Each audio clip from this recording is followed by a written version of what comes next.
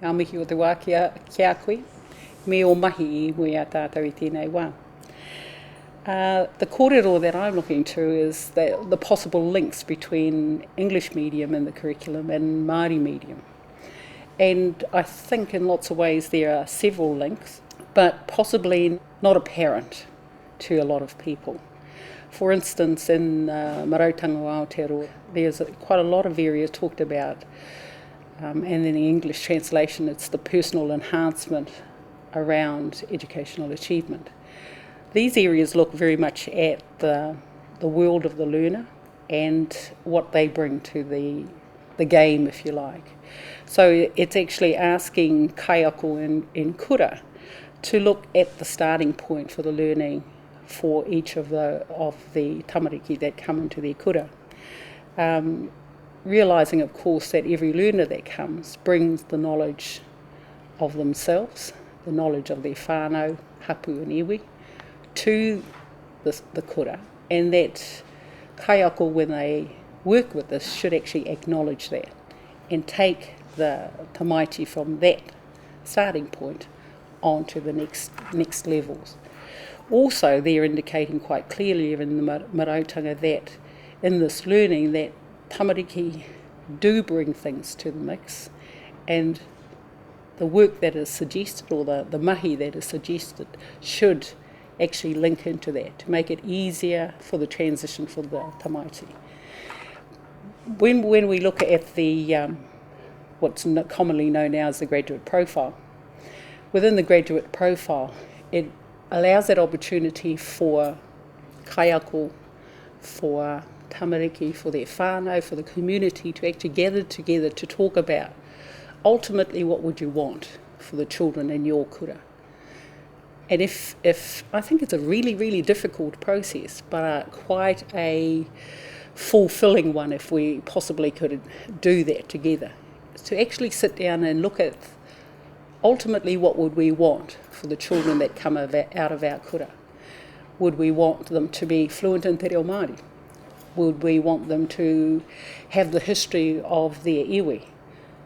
So if that's what we want, how are we in our kura going to work through ensuring that that actually happens? What are the classes that we put into effect? Who are the visitors that we have to ensure that at the end of their time at our kura, these students will be fluent speakers of te reo Māori. They will know who they are, they will know where they belong, and they will know the huarahi that they will take into the future.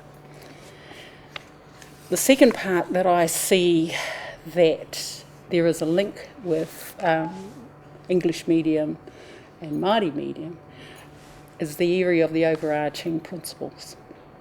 Now this is known in the Marautanga o Aotearoa as ngā mā tāpuna whānui. And the difference being that rather than just being called principles, they're called overarching. They cover everything, if you like. Very much centred on the learner and what the learner's expectations of themselves are, how the learner can achieve their potential, and also that integral to all of this work is the whānau, kaiako themselves, and the community.